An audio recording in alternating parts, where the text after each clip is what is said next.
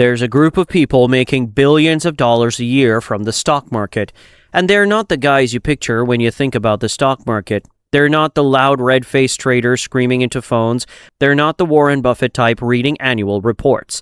They're not even your friend who won't stop texting you about the next big crypto push. They're quants, and they work in silence, in offices that look like university math departments. And they're printing money. I mean, serious money. One of these firms, a hedge fund called Renaissance Technologies, made 66% average annual returns for 30 years straight. 30. Warren Buffett averages around 20%, and people call him the greatest investor alive, and one of them crashed the entire U.S. stock market for 36 minutes. Another got banned from India after making $4.3 billion there in 2 years. So yeah, printing money is underselling it. So today, we're going to answer the question that sounds simple but really isn't. What the fuck do quant traders actually do? Where did this come from? How do they make money? Why does it matter to you? And why is it about to get a lot more interesting or extremely terrifying? Okay, so first, what even is a quant trader? Because most people hear the word and picture a finance bro with 4 monitors. That's not it. A normal trader looks at a company, decides if it's a good business, and bets on it. Apple makes iPhones, people love iPhones, stock goes up. Very human, very gut feel, very much what your uncle thinks he's doing on Robinhood. A quant doesn't do any of that, doesn't care what the company makes, doesn't care about the CEO, the product, the earnings call. What a quant does is look at years and years of market data, find patterns that repeat, and build a computer that automatically bets on those patterns thousands of times a day faster than any human can react. Here's the simplest version. Say you notice that every time it snows heavily in Chicago, heating oil prices go up 3 days later. You don't know why. Doesn't matter. You just write a program that makes that bet every time it snows. Go get coffee and let the machine work. That's quantitative trading. Find a pattern. Automate the bet. Repeat at inhuman speed. And the people building these systems aren't finance guys. They're mathematicians, physicists, literal Cold War code breakers. To them, the market is just another messy problem with patterns hiding in the noise. Turns out they're very good at finding them. Now, it all started with this one guy, and it's genuinely bizarre. Jim Simmons, 1967. He's 29, working at the NSA's private math think tank, cracking encrypted enemy messages for the U.S. government during the Cold War. He gets fired, not for being bad at math. He publicly opposed the Vietnam War, which the government found to be a bold stance for their classified codebreaker. He goes back to academia, wins serious math prizes, and then in 1978, at the age of 40, decides he wants to trade markets. Not because he knew anything about finance, because he thought markets had hidden patterns nobody smart had bothered looking for properly. He starts Renaissance Technologies and hires 0 finance people. No one. Instead, he hires mathematicians, physicists, astronomers, even the guys from IBM who were building speech recognition software. His logic: I don't want people who know how markets are supposed to work. I want people who are good at finding mathematical patterns and signals. The result was the Medallion Fund. And the numbers are just stupid. 66% average annual returns from 1988 to 2018. In 2000, when the dot-com bubble exploded, Medallion made 128%. In 2008, when the S&P lost 38% and the world economy was on fire, Medallion was up 152%. They made money while everyone else was the fire. $100 invested in 1998 became $2.1 million by 2018.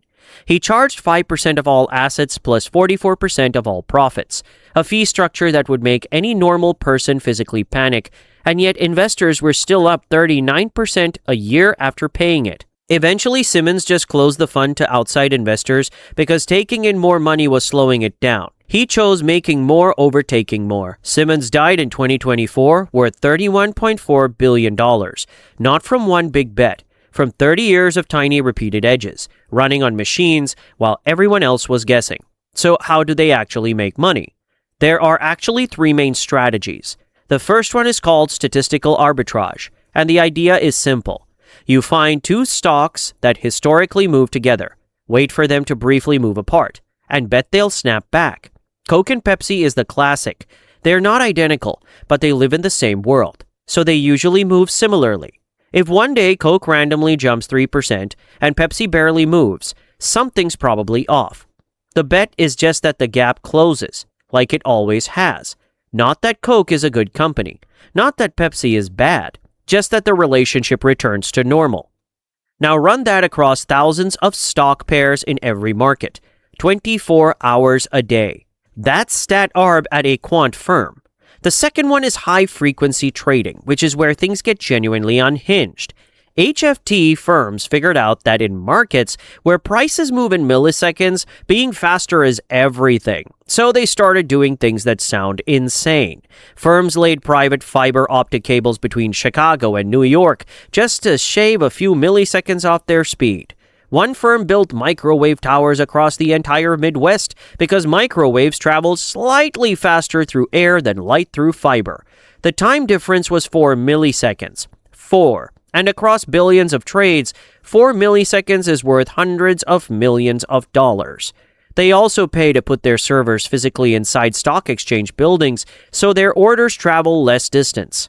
We are literally optimizing for how long it takes light to move through a wire.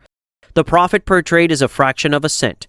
Done a billion times, a fraction of a cent becomes a number your accountant needs a minute with. The third one is what Jane Street does. Jane Street made $20.5 billion in trading revenue in 2024, more than Bank of America, more than Citigroup, from a company most people have never heard of, which is exactly how they like it. Jane Street is a market maker. They sit in the middle of every trade. You want to buy, they sell to you. You want to sell, they buy from you. They're always on the other side. They make money on the tiny gap between the buying price and the selling price. And they do $2 trillion in equity volume every month, handle 41% of all bond ETF trading in the US and 8% of all options transactions. Tiny gap times enormous volume equals something obscene. Now the part that should make you slightly uncomfortable. So where is this going? And here's where it gets important. For most of this industry's history, doing what Renaissance does required insane infrastructure, private cables, custom chips, buildings full of PhDs, impossible for anyone except the biggest firms. But machine learning has changed that. Tools that used to take years and enormous budgets to build can now run on cloud computing a single developer can access. The gap between a $50 billion quant fund and a very capable individual is still large, but it's closing. And here's the uncomfortable part. As more players pile into quant strategies, the old edges get competed away. The easy patterns get found faster. So the big firms with the most compute, the most processing power, the most data, the most engineers keep winning. The strategies get weirder too. These firms are now training models on satellite images of parking lots to count cars at retailers before earnings, credit card data to track spending in real time, shipping container movement, weather, social media, anything that might predict price movement a few seconds before the market catches up. The signals have nothing obvious to do with stock prices. The machines find the connection anyway. So what does any of this mean for you? Because here's the thing, most of this only destroys one specific kind of person, normal, regular traders. The person it doesn't touch is the long-term investor. If you're putting money into an index fund every month and leaving it alone for 20 years, quant trading is basically background noise. These systems are playing a game measured in milliseconds. You're playing a game measured in decades. You're not even in the same room. The second thing, if you genuinely want exposure to what these quant firms do, you don't have to build a PhD team and private cables. You can just invest in them. Several quant-driven funds are accessible to regular investors. You're basically saying, I don't know how to beat these people, so I'm going to put money with them instead, which is actually a smarter move than most retail traders make. The people who understand that and stop trying to beat the machines at their own game are the ones with an actual shot. This is my new channel where I cover finance in a way that doesn't make your brain shut down. Real insights, zero fluff. Subscribe if you've ever nodded along to financial news while understanding absolutely none of it, because our next video will be even better.